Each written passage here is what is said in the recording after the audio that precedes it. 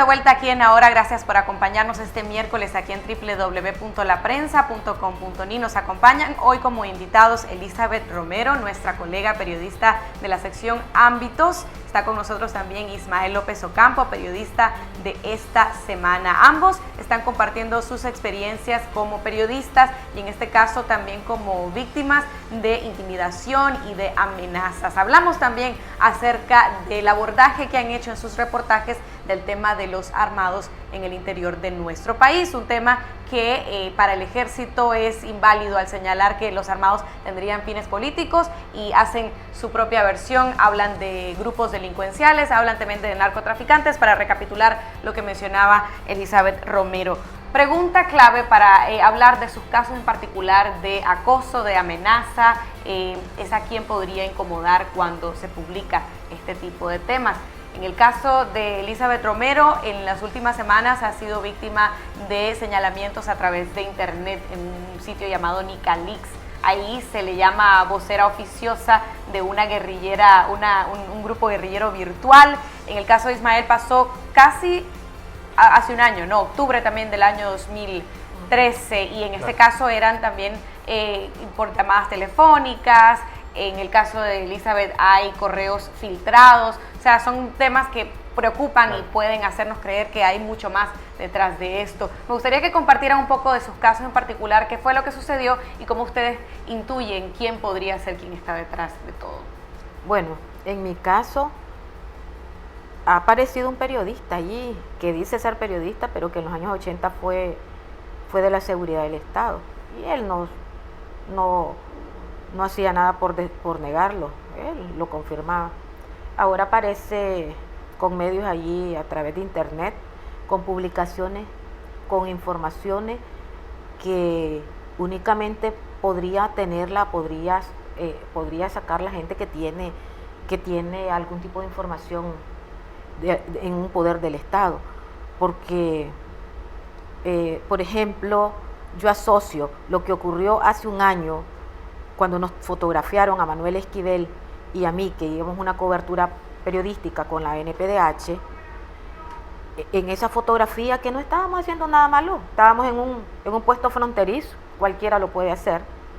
Esa información nos consta, lo supimos, fue hecha llegar a los medios de comunicación a través de personeros políticos que se hacen pasar como divulgadores de las instituciones del Estado. Esa fue la primera hace un año.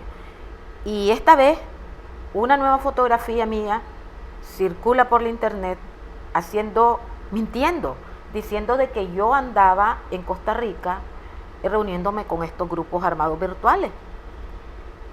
Esa fotografía ni me la tomé, ni a ninguna amiga o amigo mío me fotografió.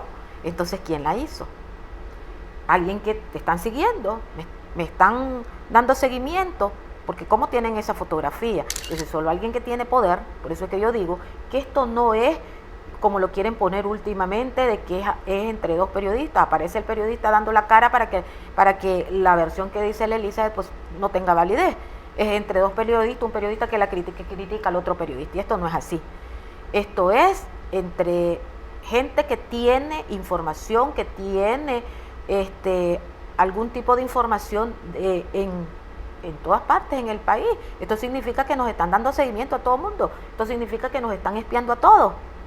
Y que a unos más y a otros menos nos objetivizan. Porque el hecho que te circulen la fotografía tiene un mensaje.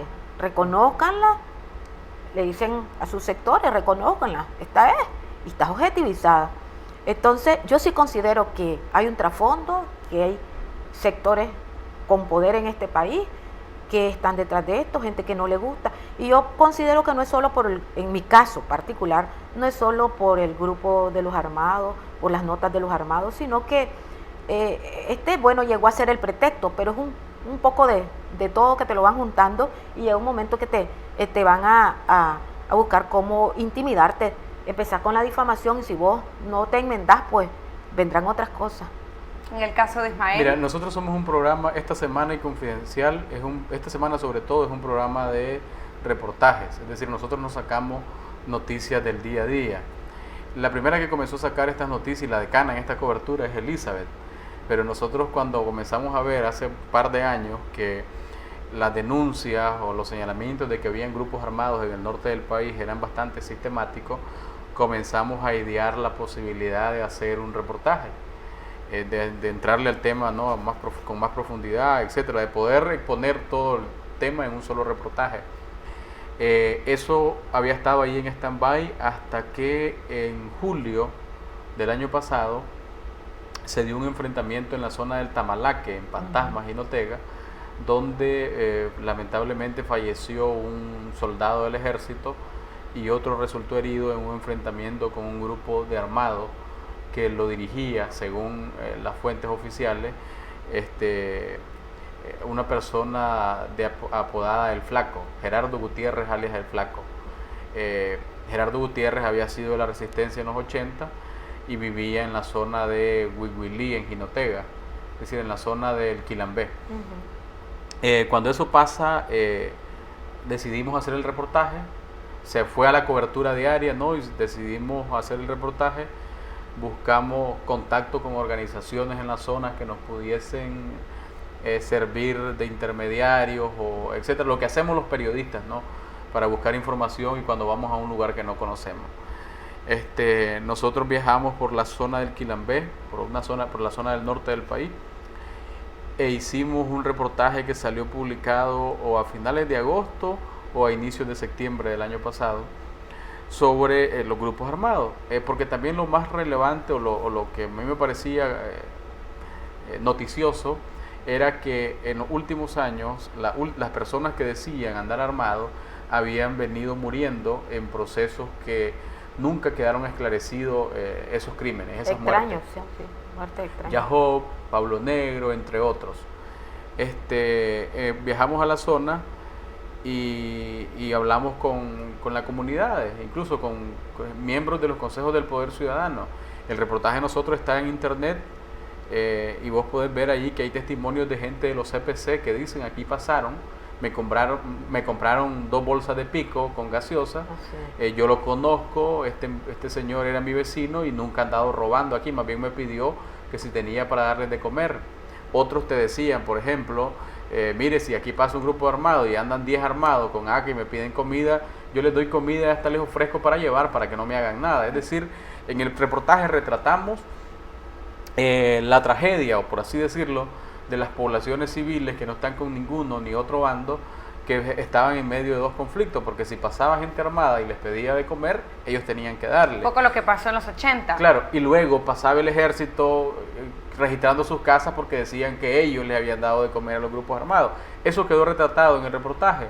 Hicimos también una entrevista con el jefe de la policía de Jinotega en aquel momento, ahora ya retirado, el comisionado mayor José Jarquín, y él, pues como la policía y el ejército decían que eran grupos delincuenciales que operaban en la zona, que se dedicaban al avigeato, al secuestro, y en esa entrevista que le hicimos a este jefe policial, él dio datos sobre secuestros y avigeatos que no demostraban que hubiese un seguimiento, una alteración en la zona, es decir, todo venía transcurriendo en relativa normalidad a años anteriores, los avigeatos que normalmente hay en la zona, pues que nunca van a poder erradicarse, o que matemáticamente es imposible erradicarlo.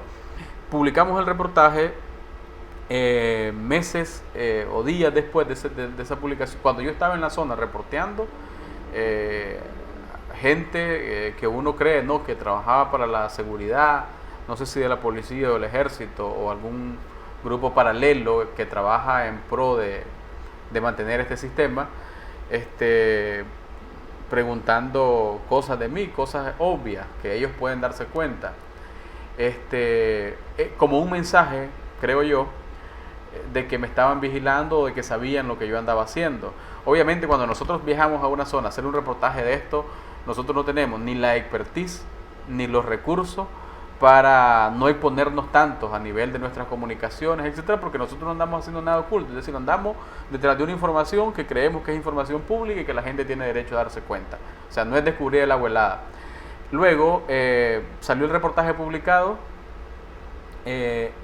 semanas después de eso hubo otro combate en la zona de Pantasma también, no en el Tamalaque, pero en una comunidad cercana, donde murieron 2 personas. Murió un rearmado, una persona que andaba armada, y murió un civil de la comunidad. Nosotros viajamos a la zona, fuimos el primer medio que subió al cerro donde pasó todo eso, fotografiamos los cadáveres, fotografiamos lo que la gente dejó tirada allí, que eran hamacas, tiros de M16, de AK, de pistola, escopetas, cosas, lo típico, ¿no? Mucha evidencia de lo que había sacamos pasado en televisión. Cuando publicamos eso, los seguimientos se comenzaron a hacer más evidentes. Es decir, hubo seguimientos hacia mí, acercamientos a personas que habían tenido algún contacto conmigo, y luego las intimidaciones, ¿no? Yo tuve un encuentro con un par de estas personas y me comenzaron a hacer preguntas básicas, preguntas que ellos se pueden dar cuenta fácilmente sin necesidad de que yo se las diga, y luego un par de seguimientos. Pues una vez ellos sabían de dónde yo venía y me estaban esperando en una parada de buses, por ejemplo. Otra vez ellos sabían dónde yo iba a almorzar y alguien se me puso a la par. Es decir, cosas para intimidarte nada más. Cuando esto pasó, nosotros miramos que el tema ya era serio. Habíamos pasado 2 meses, ¿no?, con ese acoso. No lo habíamos hecho público porque pensábamos que lo que ellos querían era eso, pues que nosotros sintiéramos miedo para no demostrar miedo. Pero cuando ya pasa eso, creemos que ya era extremo y hicimos la única arma que tenemos los periodistas, que es la denuncia pública, pues. Vamos a hacer una pausa. Gracias, Ismael y Elizabeth, por contar sus experiencias, y al volver estaremos hablando acerca de lo que precisamente se podría hacer en casos como estos, porque es importante la denuncia y porque es importante también sondear de dónde puede venir este tipo de acción hacia los periodistas. Vamos a la pausa y ya regresamos.